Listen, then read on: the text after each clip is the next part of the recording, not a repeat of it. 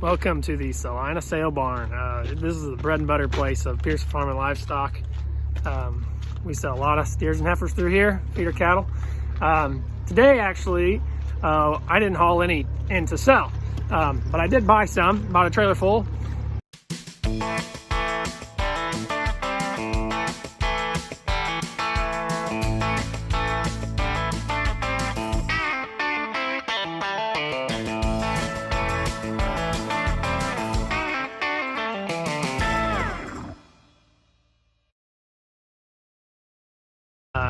But the reason I didn't haul any in this week is because we're selling 2 loads next week. After that, we sold a group right before the cold snap, and then we're gonna wait a week. We have a group of steers, a group of heifers to sell next week, about 60 of each. And but when we're gonna sell those 2 loads, we're gonna be down in cattle numbers, so I came in to bought a trailer full, 85 head. That seems like a lot to put on a trailer, but these ones are pretty light. So there's a semi I brought in, move a lot of cattle with this rig. And got my papers, and we are going to head over to the loadout. So 2 things that kind of stick out about this set of calves that I'm buying is one, that I was actually the purchaser. No, I was actually the order buyer, the bidder. So I did the bidding here at Salina. A lot of the calves we come from different sale barns, and we have a guy buy for us. But one, I bought these. And then 2, they'll be the first group to be processed through our new working chute. So that'll be exciting. And essentially this video will show bringing the calves home, loading them, bringing the calves home, and working them, and showing what we do to them in those first couple days that they're on our place. Basically, numbers I chose are for the four compartments. We will put 16 in the front, which I include the jail in that, so it'll basically be 13 in the front, 3 in the jail, 30 on top, 32 on bottom, 7 on the back. You guys can check my numbers, but I'm pretty sure it equals 85. Another guy got in line right basically before I was getting there, so I have a little time to go and grab my tags. Starting calving season, I don't have enough tags to do all of calving season with. I need another 50. So I'm gonna hop this fence, walk right across the road to this store. It says, "Thank you, cattle producers. You're welcome. You're welcome." And grab some tags. Okay, got my 2 bags, all flex tag system, small kind. I use the big ones with the numbers already etched on them for the cows, and I use these ones where I can write on the numbers for calves. Don't ask me exactly how I settled on that, but that's just what I do. I tell you what, $48 for tags is a lot less than the check that I wrote for these calves. Multiply that number by about 1,000 and you'll get closer. I'm too kind of focused and nervous at the same time in the sale, doing a lot of math in my head and on my calculator, trying to decide what's a good deal to buy, and just comparing other cattle to film much in there. Plus there's people watching, and I'd rather film when it's just myself, I guess. Well, my plan here was 13 and 3, but 4 of them ran straight into here. So I just did 12 and 4. All right, just locked the ones on the bottom. You can see how much space they have. When that has 23 big feeder cattle and it's packed full, 24. And right now that's 32, and it's not even close to full down there. Shows how much lighter they are than when they will be when we sell them. All right, just gotta put 7 left in this back compartment. All right, we are good to go, and I'm ready to truck them home. I turned the truck off while I was loading, and so it's making that terrible noise because the air pressure is not pumped up. So sorry you guys have to hear that in the video. How many hours have I wasted sitting in a semi waiting for air brakes to pump up? All right, I'm backed up to the chute here. We got this type of chute and that type of chute. Unloading chute, working chute. All right, I gotta fling open to the gate there, or the pin they're going to. We are all opened up. Alley's open. Let's get them. I pretty much always, and we're fine with it, when truckers mix the steers and heifers on the truck in the compartments. A lot of them will have them separate when they get here, but we put them all together and then we sort them depending on their fill level. So we sort them based on what they eat more so than the gen. And then we'll sort them heifers and steers later after they've been on feed like 30 days.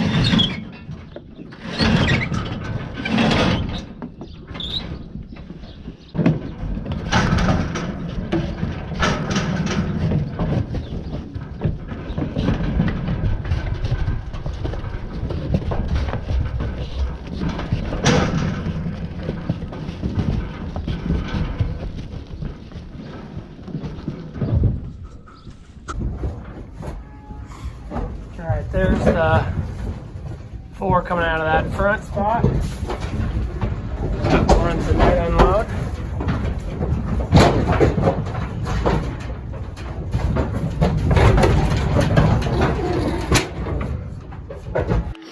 Now we get to run every one of them through the new chute. All right, let's lock these up.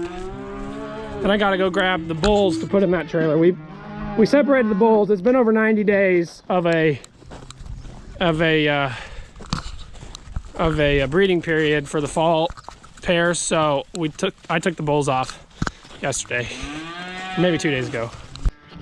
With calves, you gotta chase them, but we'll see if they'll just call. Boss, boss, boss.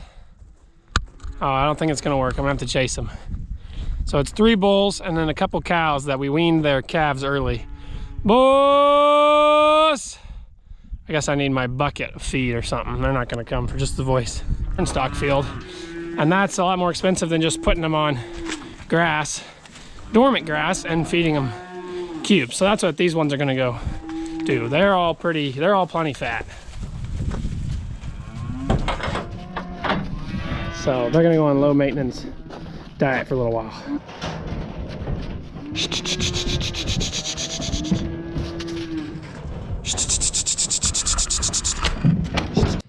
Gonna fling this gate back open so they can get water. Sounds like a couple of them, or however many of them, might not be weaned. Either that or they're just hungry. They'll get feed in about 2 hours when Dad does his evening chores. What do you think of the new calves, Crosby? You're not gonna bark at them, are you? Or chase them? I didn't think so. You know better than that. Does anybody else hold gates open for their dog and then their dog just walks underneath the fence? Or crawls underneath the fence? I do that with Crosby all the time. Cattle gonna come down this alley, around this corner, down this alley, and to the left where those 9 up are on the hill.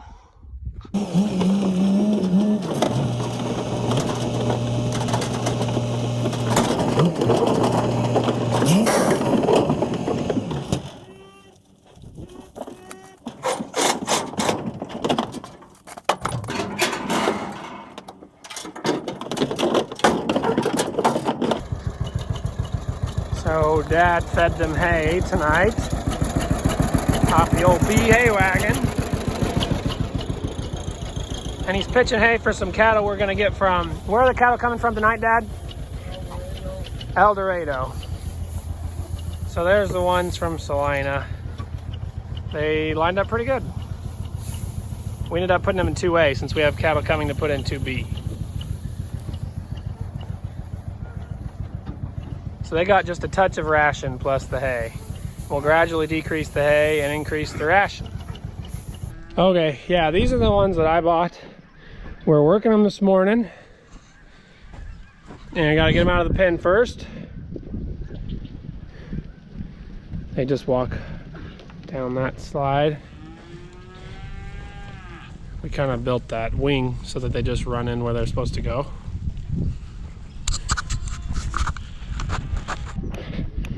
This is our first day using the air-equipped chute, so we're gonna see how that works.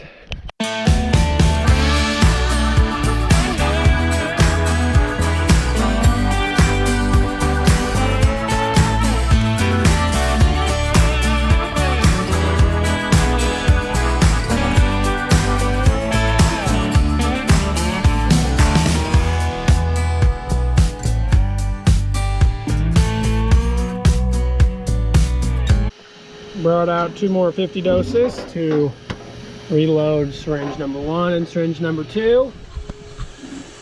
We kind of have 2 tables, one for the stuff that happens in front of the head gate, and 1 table for the stuff that happens in the back. All right, you're free, buddy.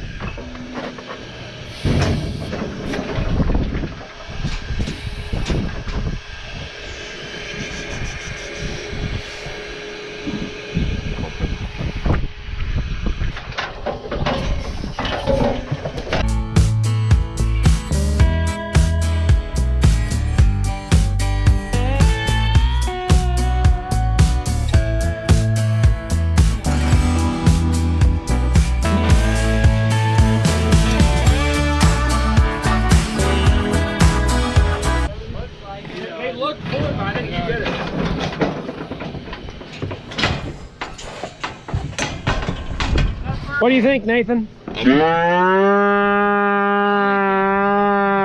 guy's not gonna let me talk. Nathan just got here, so this is first trial run. Tag. You messed up the tag on your first. So I got a few stringed out here. Dad's gonna go get more because he's waiting on Nathan.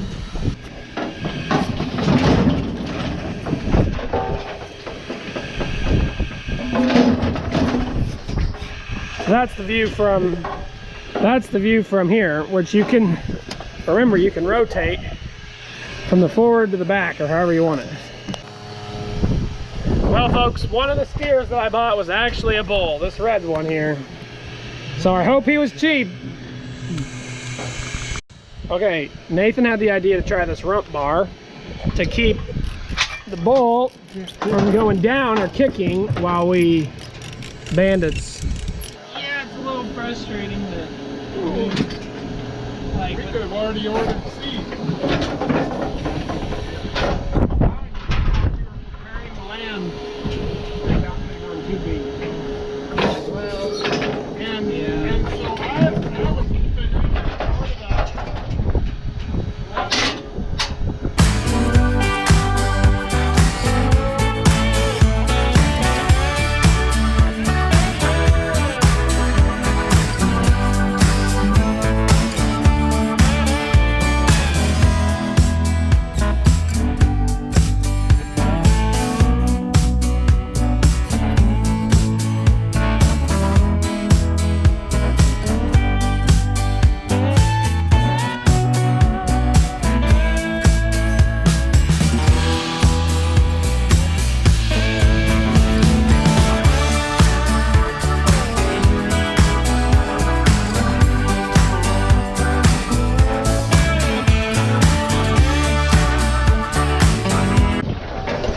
Everybody, we just got a Skywalker tag, so these cattle must have the Force. from a galaxy far, far away.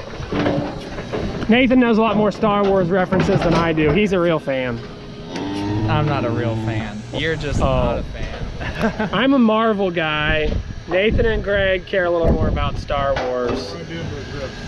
I can't claim to be a fan because there's too many big fans. Okay, Nathan's a mediocre. Yeah, Nathan's at least seen all the Star Wars. I've watched the new Disney Plus series. What's that one? Mandalorian. Mandalorian was better than the Star Wars movies, but I haven't seen all the Star Wars movies. So. Okay, little known fact about the Peterson family. We have these implant guns, and we have green ones for heifers and blue ones for steers. Well, growing up as kids, we used these green ones to be hay bales for our little toys that we'd bale the whole living room, and we'd spread these little bales all over. So we have like hundreds of these blue ones because we buy more steers than heifers. But we like the green ones better because they're actually green, more like hay bales. So Nathan and I just kind of, now that we each have a kid, we need more of these. Whoever changed it gets it.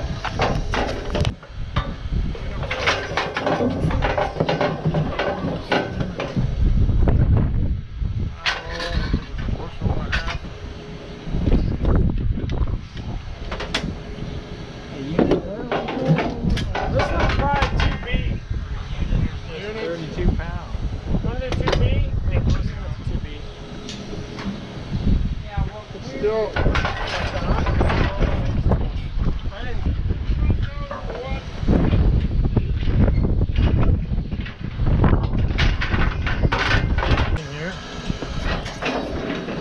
All right, the last one, the steer heifer.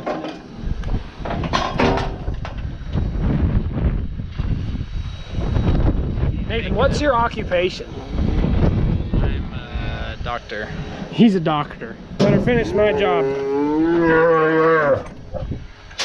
They get the last dose. The last one, right? And nice.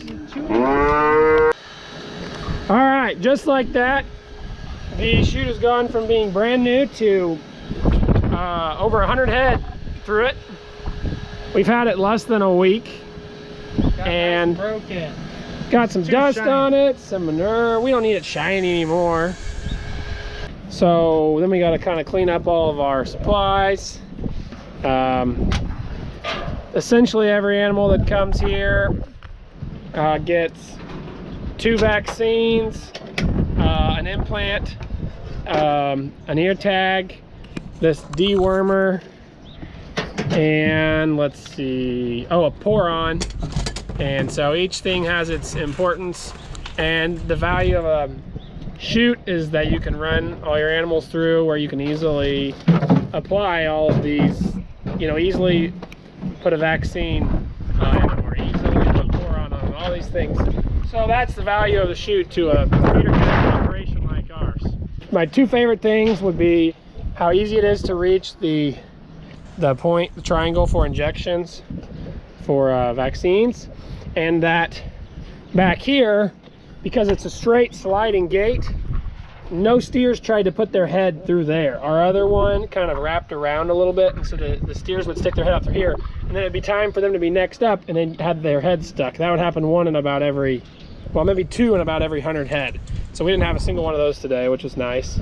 And that the width is so easily adjustable. Some calves, we didn't even have to move it in or out in between them because they would flow through so easily. And our old one was a V, and so we always opened it up all the way in between every calf. But this one we didn't even have to do that. Hope you enjoyed today's video. More videos to come. I will have a calving video coming out soon. We have 4 calves on the ground, so that'll be in a future video. See you guys. Make sure to like and subscribe if you like today's content. I gotta go help Dad feed hay to these cattle. Get them lined back up at the bunk again.